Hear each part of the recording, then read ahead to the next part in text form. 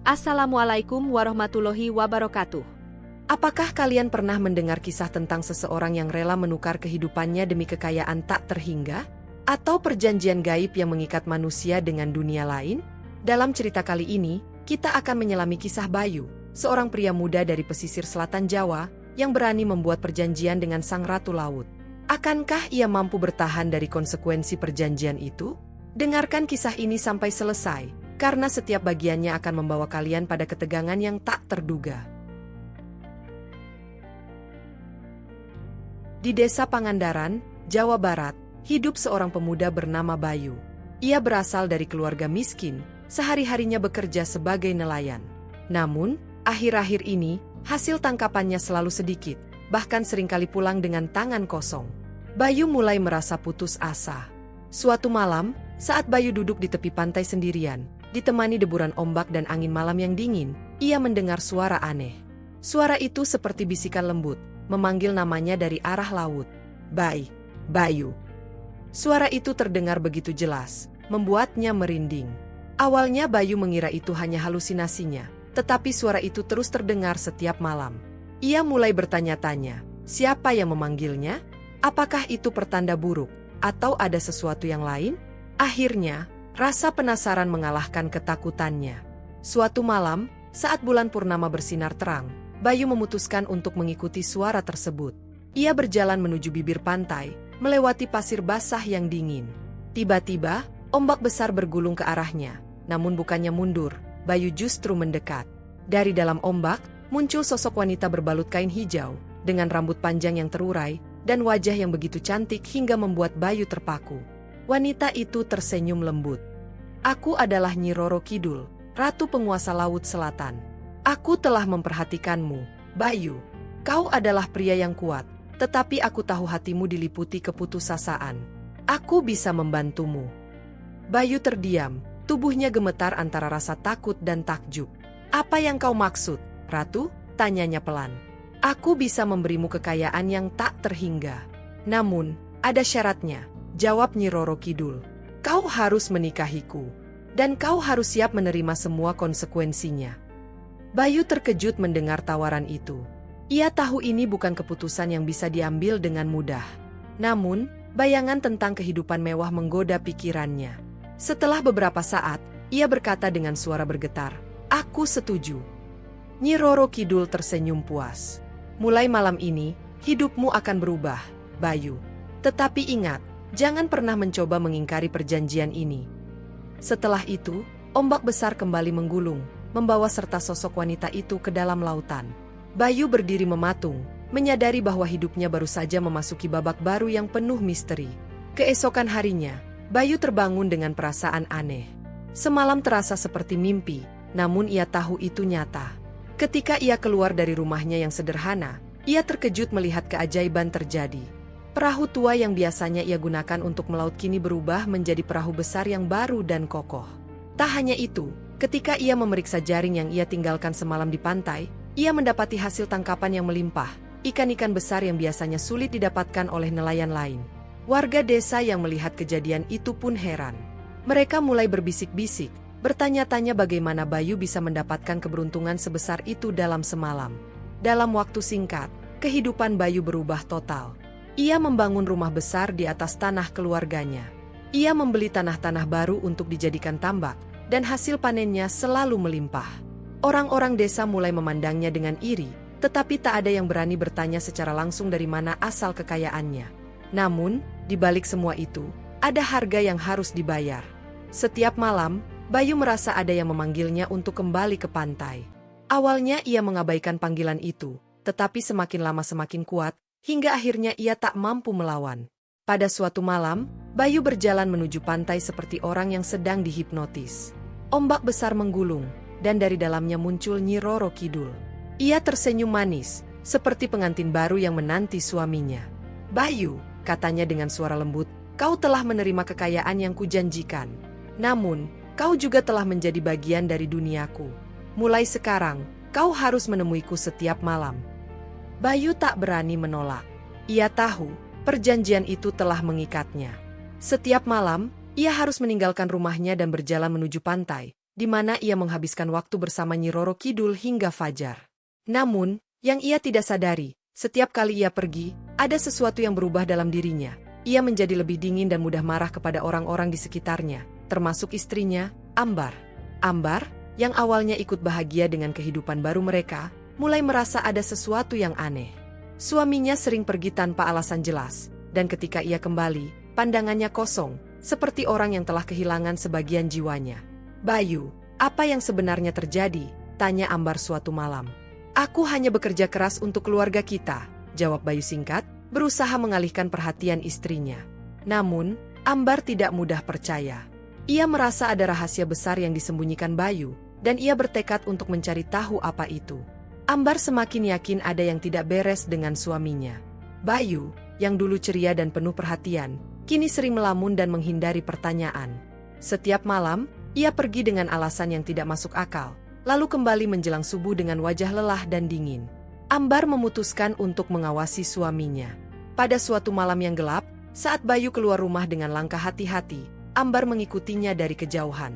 Ia memastikan untuk tidak membuat suara sedikit pun, meskipun angin malam yang dingin membuat tubuhnya menggigil.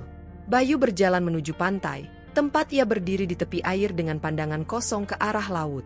Ambar bersembunyi di balik semak-semak, memperhatikan dengan saksama. Tiba-tiba, ia melihat ombak besar menggulung ke arah Bayu, dan dari dalamnya muncul sosok wanita berbalut kain hijau dengan kecantikan yang memukau. Wanita itu tersenyum pada Bayu dan mengulurkan tangannya. "Suamiku, waktunya kita bersama," katanya dengan suara yang terdengar seperti lagu merdu. Ambar membekap mulutnya sendiri agar tidak berteriak. Hatinya bergejolak antara takut dan marah. Ia akhirnya menyadari apa yang terjadi. Suaminya telah terikat dengan makhluk gaib. Ketika Bayu dan Nyi Roro Kidul menghilang ke dalam ombak, Ambar terjatuh lemas di pasir. Ia tak tahu harus berbuat apa. Bayangan suaminya yang bersanding dengan seorang wanita dari dunia lain membuat hatinya hancur. Chapter 4. Kebenaran yang tersingkap. Keesokan harinya, Ambar mengumpulkan keberanian untuk menghadapi Bayu. Saat suaminya pulang dengan wajah lelah seperti biasa, ia langsung menginterogasinya. "Bayu, aku tahu kau menyembunyikan sesuatu dariku. Aku melihat semuanya semalam. Siapa wanita itu?" Ambar menatap suaminya dengan mata berkaca-kaca. Bayu terdiam, tubuhnya kaku seperti batu. Ia tahu ini adalah saat yang tidak bisa dihindari lagi. Dengan suara pelan, ia berkata, "Dia adalah Nyi Roro Kidul. Aku telah membuat perjanjian dengannya. Aku menikahinya demi kekayaan yang kita miliki sekarang." Ambar tertegun, tak percaya dengan apa yang baru saja ia dengar. "Bayu, bagaimana mungkin kau melakukan ini? Kau menjual dirimu kepada makhluk gaib?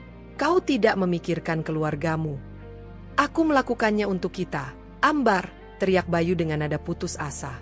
"Aku ingin kita keluar dari kemiskinan. Aku ingin kau hidup bahagia." "Tapi lihat apa yang terjadi pada kita sekarang," jawab Ambar dengan suara bergetar. "Kekayaan ini bukan kebahagiaan. Ini kutukan." Bayu hanya bisa menunduk, merasa bersalah sekaligus terjebak. Ia tahu Ambar benar, tetapi ia juga tahu bahwa ia tidak bisa membatalkan perjanjian itu begitu saja. Ambar, yang hatinya dipenuhi oleh ketakutan dan kemarahan, memutuskan untuk mencari bantuan. Ia mendatangi seorang kiai terkenal di desa sebelah, seorang ulama yang dikenal mampu menghadapi gangguan gaib. Ambar melangkahkan kakinya ke rumah Kiai Hasan, seorang ulama yang dihormati dan dikenal memiliki ilmu yang dalam tentang dunia gaib. Dengan air mata yang mengalir deras, ia menceritakan semua yang ia lihat dan apa yang telah dilakukan suaminya. Kiai Hasan mendengarkan dengan tenang, mengangguk perlahan. "Ananda Ambar, apa yang dilakukan suamimu adalah perbuatan yang sangat berbahaya. Perjanjian dengan makhluk seperti Nyi Roro Kidul tidak bisa dianggap remeh. Ia bukan hanya mengikat suamimu, tetapi juga keluargamu dan keturunannya." Ambar terkejut. "Keturunannya? Apa maksudnya, Ki?" Kiai Hasan menarik napas panjang. "Nyi Roro Kidul tidak hanya menginginkan kekayaan untuk suamimu. Ia menginginkan keturunan darinya, seorang anak yang akan menjadi penerus dunia gaibnya. Jika suamimu tidak memenuhi perjanjian itu, maka nyawanya bisa menjadi taruhannya." Ambar merasa tubuhnya lemas mendengar itu. "Lalu, apa yang harus kami lakukan, Kiai? Aku tidak ingin kehilangan suamiku, tapi aku juga tidak bisa menerima perjanjian ini terus berlanjut." Kiai Hasan memejamkan mata sejenak, tampak seperti sedang berdoa atau merenung. Setelah beberapa saat, ia berkata, "Ada cara untuk memutus perjanjian ini, tetapi risikonya besar. Suamimu harus bersedia menghadapi Nyi Roro Kidul secara langsung dan menyatakan penolakannya, dengan diiringi doa-doa tertentu. Namun, ini tidak mudah. Ia akan menghadapi amarah Sang Ratu Laut, dan itu bisa membahayakan jiwanya." Ambar mengangguk dengan tekad bulat. "Aku akan berbicara dengan Bayu. Kami akan melakukan apapun demi menyelamatkan keluarga kami." Saat Ambar pulang dan menyampaikan pesan Kiai Hasan, Bayu awalnya menolak. "Ambar, kau tidak tahu apa yang kau minta. Jika aku melawan Nyi Roro Kidul, aku bisa kehilangan nyawa," katanya dengan suara gemetar. "Tetapi jika kau terus seperti ini, kita semua akan hancur, Bayu.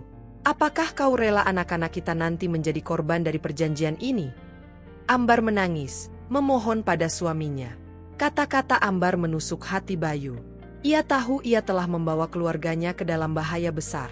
Setelah merenung sepanjang malam, akhirnya ia berkata, "Baiklah, aku akan melakukannya. Aku akan menghadapi Nyi Roro Kidul, apapun risikonya." Bayu, dengan hati yang penuh kegelisahan, mempersiapkan diri untuk malam yang telah ditentukan. Di rumah Kiai Hasan, ia menjalani serangkaian doa dan zikir. Kiai Hasan memberinya tasbih kayu dan sebotol air yang telah didoakan, serta mengajarkannya kalimat-kalimat doa untuk melawan pengaruh gaib Nyi Roro Kidul. "Bayu, ingatlah, kekuatanmu tidak berasal dari dirimu sendiri, tetapi dari keyakinanmu kepada Allah. Jangan biarkan rasa takut menguasaimu," kata Kiai Hasan sebelum melepasnya ke pantai. Bayu berjalan menuju pantai yang gelap, ditemani suara deburan ombak yang kini terdengar seperti ancaman. Bulan purnama bersinar terang, menerangi jalan pasir yang terasa semakin berat di bawah kakinya. Ambar menunggu di kejauhan bersama Kiai Hasan, berdoa tanpa henti untuk keselamatan suaminya. Setibanya di tepi pantai, Bayu berdiri tegak meski tubuhnya gemetar. Ia memanggil nama Nyi Roro Kidul dengan suara lantang. Tidak butuh waktu lama sebelum ombak besar bergulung dan sosok sang ratu muncul dari dalam laut, anggun dan memukau seperti biasanya. "Bayu, suamiku, apa yang kau inginkan dariku malam ini?" tanya Nyi Roro Kidul dengan senyuman lembut yang menyimpan kekuatan besar. Bayu menarik napas panjang, lalu menjawab, "Aku ingin mengakhiri perjanjian ini. Aku tidak bisa terus hidup seperti ini. Aku ingin kembali pada keluargaku dan menjalani hidup yang normal." Wajah Nyi Roro Kidul berubah seketika. Senyum lembutnya menghilang, digantikan oleh tatapan tajam penuh kemarahan. "Bayu, kau berani melawan perjanjian yang telah kau buat denganku? Kau tahu apa konsekuensinya, bukan? Kekayaanmu, hidupmu, bahkan jiwamu ada di tanganku." Bayu menggenggam tasbihnya erat-erat, mengingat doa yang diajarkan Kiai Hasan. "Aku tidak takut. Kekayaan ini bukan milikku, dan jiwaku hanya milik Allah. Aku memutuskan perjanjian ini sekarang," katanya dengan suara gemetar, tetapi penuh keberanian. Ombak di sekeliling mulai bergolak hebat. Angin kencang bertiup, membuat pasir beterbangan dan menciptakan suasana yang mencekam. Nyi Roro Kidul melangkah maju, auranya semakin menekan. "Jika itu keputusanmu, maka bersiaplah menghadapi amarahku, Bayu." Bayu mulai membaca doa dengan suara lantang. Saat ia melafalkan kalimat-kalimat itu, cahaya kecil muncul dari tasbihnya, perlahan-lahan membesar hingga membentuk lingkaran pelindung di sekitarnya. Nyi Roro Kidul tampak terdesak, tetapi ia tidak menyerah. Bayu terus membaca doa, meskipun tubuhnya terasa semakin lemah akibat tekanan energi gaib yang luar biasa. Di kejauhan, Ambar dan Kiai Hasan juga berdoa dengan khusyuk, memohon perlindungan untuk Bayu. Pada puncak ketegangan, ombak besar melanda, mencoba menghancurkan Bayu. Namun, cahaya dari tasbihnya semakin terang, memantulkan gelombang itu kembali ke laut. Nyi Roro Kidul menjerit keras, suaranya menggema di udara malam. "Tidak akan mudah bagimu melepaskan diri dariku, Bayu. Aku akan kembali," katanya sebelum tubuhnya menghilang ke dalam laut bersama gulungan ombak. Bayu terjatuh ke pasir, kelelahan tetapi selamat. Langit yang tadi gelap mulai cerah, menandai berakhirnya malam panjang itu. Pagi itu, Bayu terbangun dengan rasa lega yang luar biasa. Ia merasa berat yang mengikat tubuh dan jiwanya kini telah hilang. Meskipun seluruh tubuhnya lelah, ia merasakan kebebasan yang tak terhingga. Ketika ia menatap laut yang tenang di depan rumahnya, ia merasa seolah beban yang selama ini menghimpit dirinya telah terangkat. Ambar, yang menunggu di dekat pintu, segera berlari menghampiri Bayu. "Kau berhasil, Bayu," katanya dengan suara gemetar, tetapi penuh haru. "Kau selamat, suamiku." Bayu hanya bisa tersenyum lemah. Aku tidak tahu harus berkata apa. Ambar, aku takut aku akan kehilanganmu, kehilangan anak-anak kita. Tapi kau tidak melakukannya, Bayu. Kau kembali pada kami.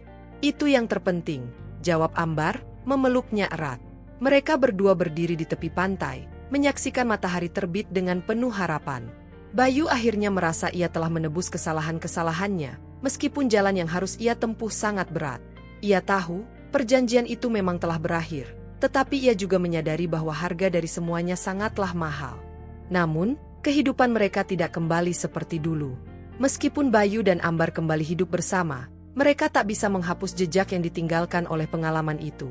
Setiap kali Bayu menatap laut, ia merasa ada sesuatu yang mengawasinya, mengingatkannya akan perjanjiannya yang hampir menghancurkan segalanya. Kehidupan Bayu mulai dipenuhi dengan kegelisahan yang semakin dalam.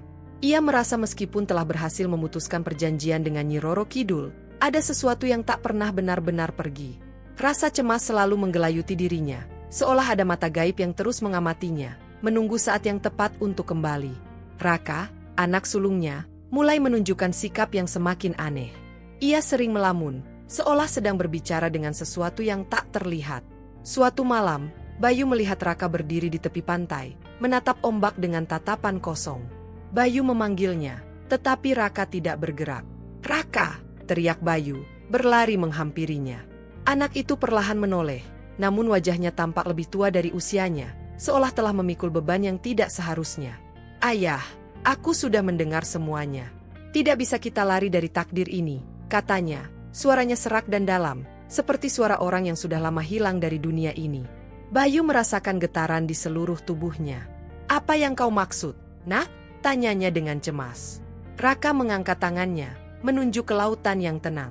"Ayah, kita adalah bagian dari perjanjian itu. Anak-anak kita, keturunan kita, akan selalu terikat. Aku mendengar suara itu, suara dari dalam laut. Ia tidak akan melepaskan kita." Bayu terkejut. "Tidak, aku sudah memutuskan perjanjian itu. Kita bebas." "Tapi perjanjian itu bukan hanya milikmu, Ayah. Ia milik kita semua," jawab Raka dengan tatapan yang semakin kosong. "Kau mungkin telah melepaskan dirimu, tapi bukan kami. Kami adalah bagian dari mereka." Bayu merasa dunia seakan berputar di sekitarnya. Ia berlari menuju rumah, mencari Ambar dengan cepat. Ketika ia menemukannya, wajah Ambar yang penuh kekhawatiran semakin menambah beban di hati Bayu. "Ambar, ada yang salah dengan Raka." Ia tahu semuanya." "Ambar, apa yang sebenarnya terjadi dengan anak kita?" Bayu hampir tidak bisa berkata-kata, hatinya hancur. Ambar memegang tangan Bayu dengan erat. "Ada sesuatu yang lebih besar yang sedang mengikat kita, Bayu. Kita mungkin telah menyelesaikan perjanjiannya dengan Nyi Roro Kidul, tapi tidak dengan dunia yang ada di baliknya." Bayu menatap Ambar, perasaan takut dan cemas semakin menguasai dirinya. "Apa yang harus kita lakukan, Ambar? Kita tidak bisa membiarkan anak kita menjadi bagian dari dunia itu." Ambar menggelengkan kepala, air matanya mengalir. "Aku tidak tahu, Bayu. Tapi aku tahu satu hal, kita tidak bisa lari darinya. Jika kita melawan, kita akan kehilangan segalanya." Tiba-tiba, suara ombak yang jauh terdengar seperti desahan dalam angin malam. Bayu menoleh ke laut, seolah mendengar sesuatu yang lebih dari sekadar suara alam. Ada sesuatu yang mengintai, menunggu mereka. Apakah mereka benar-benar bebas? Ataukah mereka hanya berlari dari bayang-bayang yang tak pernah hilang? Malam itu, Bayu dan Ambar tidak bisa tidur. Ketegangan yang menyelimuti rumah mereka semakin terasa.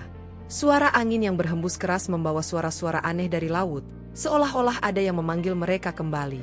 Raka, yang sebelumnya tampak tertekan, kini semakin sering berbicara sendiri, seolah berbicara dengan sesuatu yang hanya ia dengar. Bayu merasa semakin cemas. Ia merasa pertempuran yang ia lakukan dulu dengan Nyi Roro Kidul belum selesai, dan kini anaknya terperangkap dalam jaring yang lebih besar. Suatu malam, saat Bayu berjalan ke pantai untuk menenangkan pikirannya, ia merasakan sesuatu yang luar biasa. Ombak di depannya tampak berbeda, lebih gelap dan lebih bergelombang, seolah ada kekuatan besar yang menggerakkannya. Bayu merasa seperti ada yang mengawasinya dari balik gulungan ombak. Tiba-tiba, suara lembut terdengar di telinga Bayu. Suara itu begitu familiar, seperti bisikan wanita yang pernah ia dengar sebelumnya. Baik, kau tidak bisa lari dariku. Kau tidak bisa lari dari takdir yang telah kutentukan. Bayu terkejut dan mundur beberapa langkah. Ia tahu suara itu milik Nyi Roro Kidul, namun kali ini terasa lebih menakutkan. Suaranya bukan lagi penuh rayuan, melainkan penuh ancaman. Kau telah menanggalkan jiwamu, Bayu.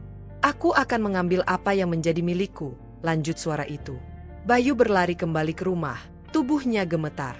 Ia tahu bahwa jika ia tidak melakukan sesuatu segera, keluarganya akan jatuh dalam bahaya yang lebih besar.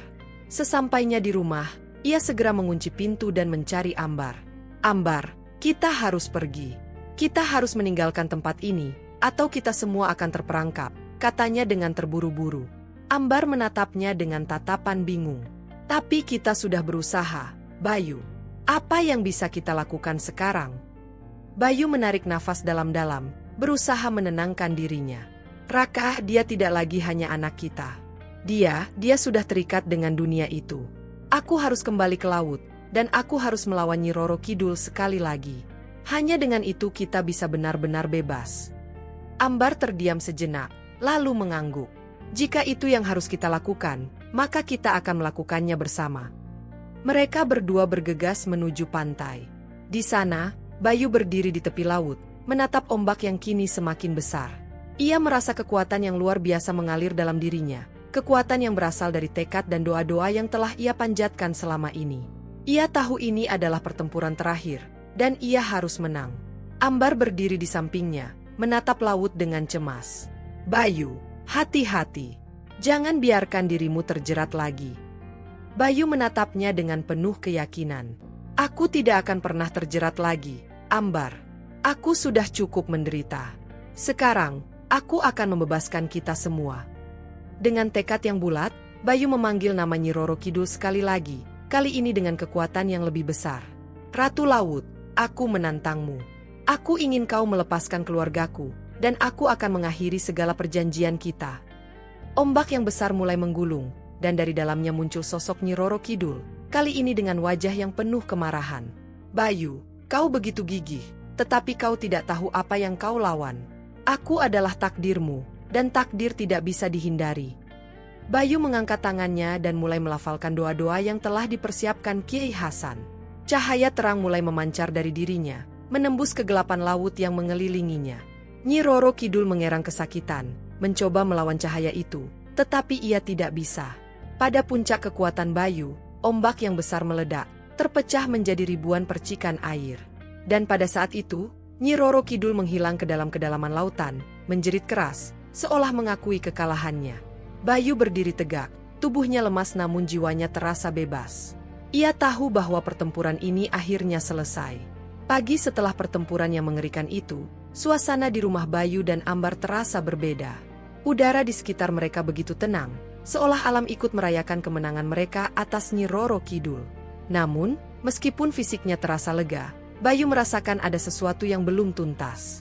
Ambar, yang juga merasa beban berat hilang, duduk di teras sambil memandang ke laut yang kini terlihat damai. Apakah kita benar-benar sudah bebas, Bayu? Tanyanya, suaranya penuh keraguan. Bayu menghela napas panjang. Aku ingin percaya itu, Ambar. Tapi ada sesuatu yang masih menggangguku. Raka, dia berbeda. Seperti ada sesuatu dalam dirinya yang terus menariknya kembali ke dunia itu.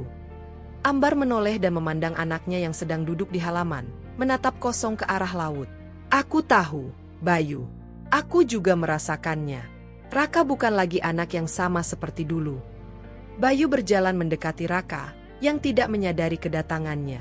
Tatapan Raka kosong, seolah-olah jiwanya terpisah dari tubuhnya. Bayu berdiri di depannya dan menatapnya dengan penuh kekhawatiran. Raka! Anak itu perlahan menoleh, wajahnya tampak lebih tua dari usianya, penuh kebingungan. Ayah, aku tidak bisa berhenti mendengar suara itu. Laut ini, ia memanggilku. Aku tidak tahu mengapa, tapi rasanya aku tidak bisa lepas darinya. Bayu merasa hatinya tercekat. Nak, kau tidak boleh mendengarkan itu. Itu hanya suara yang menipu. Kau bebas sekarang. Tapi aku tidak merasa bebas, Ayah. Sesuatu dalam diriku terus menarikku ke sana, jawab Raka dengan suara serak. Ambar yang berdiri di samping Bayu menggenggam tangan suaminya. Bayu, kita harus melakukan sesuatu. Jika kita membiarkan Raka terus terperangkap seperti ini, kita bisa kehilangan dia, seperti kita hampir kehilanganmu dulu. Bayu mengangguk. Aku tahu, Ambar. Aku tidak akan membiarkan Raka jatuh ke dalam perangkap itu.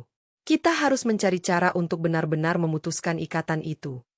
Malam itu, Bayu kembali ke tempat yang sama, pantai yang telah menjadi saksi dari pertempurannya dengan Nyi Roro Kidul. Suara ombak kini terdengar lebih tenang, namun Bayu bisa merasakan sesuatu yang mengintai. Ia tahu ini adalah langkah terakhir yang harus diambilnya. Ia berdiri tegak, memanggil Nyi Roro Kidul sekali lagi. Ratu Laut, aku menantangmu sekali lagi. Aku akan memastikan bahwa keluargaku tidak akan terperangkap dalam dunia gaibmu lagi. Lepaskan ikatanmu. Tiba-tiba, ombak besar bergulung dan Nyi Roro Kidul muncul kembali. Namun kali ini, suaranya tidak lagi mengancam. Bayu, kau benar-benar berpikir kau bisa melepaskan dirimu begitu saja? Kau dan keturunanmu sudah menjadi bagian dari dunia ini. Bayu menatapnya dengan tekad yang lebih kuat dari sebelumnya. Tidak, aku tidak akan membiarkan anakku terjerat dalam takdirmu.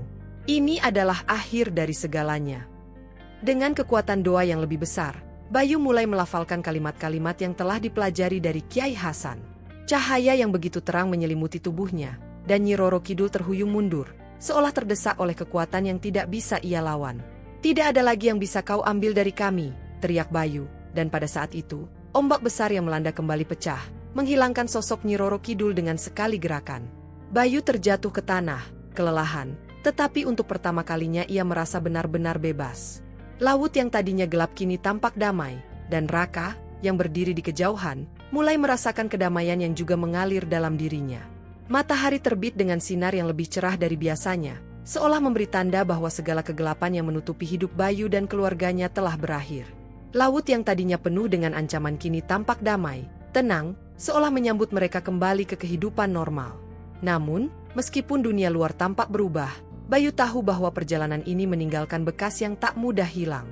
Raka, yang sebelumnya terperangkap dalam dunia gaib, kini kembali seperti anak yang dulu. Ia duduk di teras dengan senyum cerah, berbicara dengan orang tuanya tanpa kekhawatiran. Namun di matanya, Bayu bisa melihat sebersit keraguan yang masih ada, seperti sesuatu yang tak bisa sepenuhnya dilupakan. Raka, bagaimana perasaanmu sekarang? Tanya Bayu, dengan suara lembut. Raka menoleh dan tersenyum, meski matanya tampak sedikit kosong. Aku merasa lebih baik, Ayah. Tapi kadang, suara itu masih terdengar di dalam kepalaku. Seperti ada yang ingin memanggilku kembali. Bayu merasakan hatinya teriris, namun ia menahan diri untuk tidak menunjukkan kegelisahan. Nak, apapun yang kau dengar, percayalah padaku. Itu hanya bayangan dari masa lalu. Kau bebas sekarang. Ambar duduk di samping Bayu, menggenggam tangannya dengan erat. Kita akan melangkah maju, Bayu. Jangan biarkan masa lalu menguasai kita lagi. Bayu mengangguk, meskipun ada rasa takut yang tidak bisa ia hilangkan begitu saja. Ia tahu, meskipun Nyi Roro Kidul telah pergi, dunia gaib itu masih bisa mempengaruhi mereka dengan cara yang tak terduga. Namun, untuk pertama kalinya dalam waktu yang lama, Bayu merasa ada harapan di depan mereka. Mereka bisa memulai hidup baru, jauh dari pengaruh kekuatan gaib yang pernah menguasai mereka. Pagi itu, mereka makan bersama di meja makan, berbincang tentang hal-hal sederhana. Raka bercerita tentang sekolahnya, dan Ambar tampak lebih tenang dari biasanya. Bayu, meskipun masih merasakan kegelisahan yang mendalam, mencoba menikmati momen kebersamaan itu. Tiba-tiba, Bayu merasa ada sesuatu yang mengalir dalam dirinya, perasaan yang tidak bisa dijelaskan. Sebuah kekuatan yang mengingatkannya pada malam-malam yang penuh perjuangan. Ia tahu, meskipun mereka telah bebas dari Nyi Roro Kidul, ada hal yang lebih besar dan lebih misterius yang mengikat hidup mereka. Namun, untuk pertama kalinya, Bayu merasakan kedamaian yang hakiki. Ia tahu, apapun yang akan terjadi, ia tidak akan pernah menyerah pada keluarga dan takdirnya. Dan dengan itu, mereka melangkah maju, meskipun Bayu tahu jalan yang mereka tempuh tidak akan pernah sama lagi. Demikian cerita tentang Bayu yang terperangkap dalam perjanjian dengan Nyi Roro Kidul, yang mengajarkan kita bahwa dalam hidup, seringkali kita dihadapkan pada pilihan sulit yang dapat mengubah takdir kita dan orang-orang di sekitar kita. Namun, setiap perjanjian yang kita buat, baik dengan dunia gaib maupun dunia nyata, selalu membawa konsekuensi yang harus kita tanggung. Pesan moral dari cerita ini adalah bahwa tidak ada jalan pintas untuk mendapatkan kebahagiaan atau kekayaan, dan kita harus berhati-hati dengan apa yang kita pilih, karena setiap keputusan memiliki harga yang harus dibayar. Di sisi lain, hikmah yang bisa diambil adalah pentingnya tekad dan keberanian untuk menghadapi masa lalu dan memperbaiki kesalahan, serta bagaimana kasih sayang dan ikatan keluarga dapat menjadi kekuatan untuk menghadapi segala ujian dalam hidup.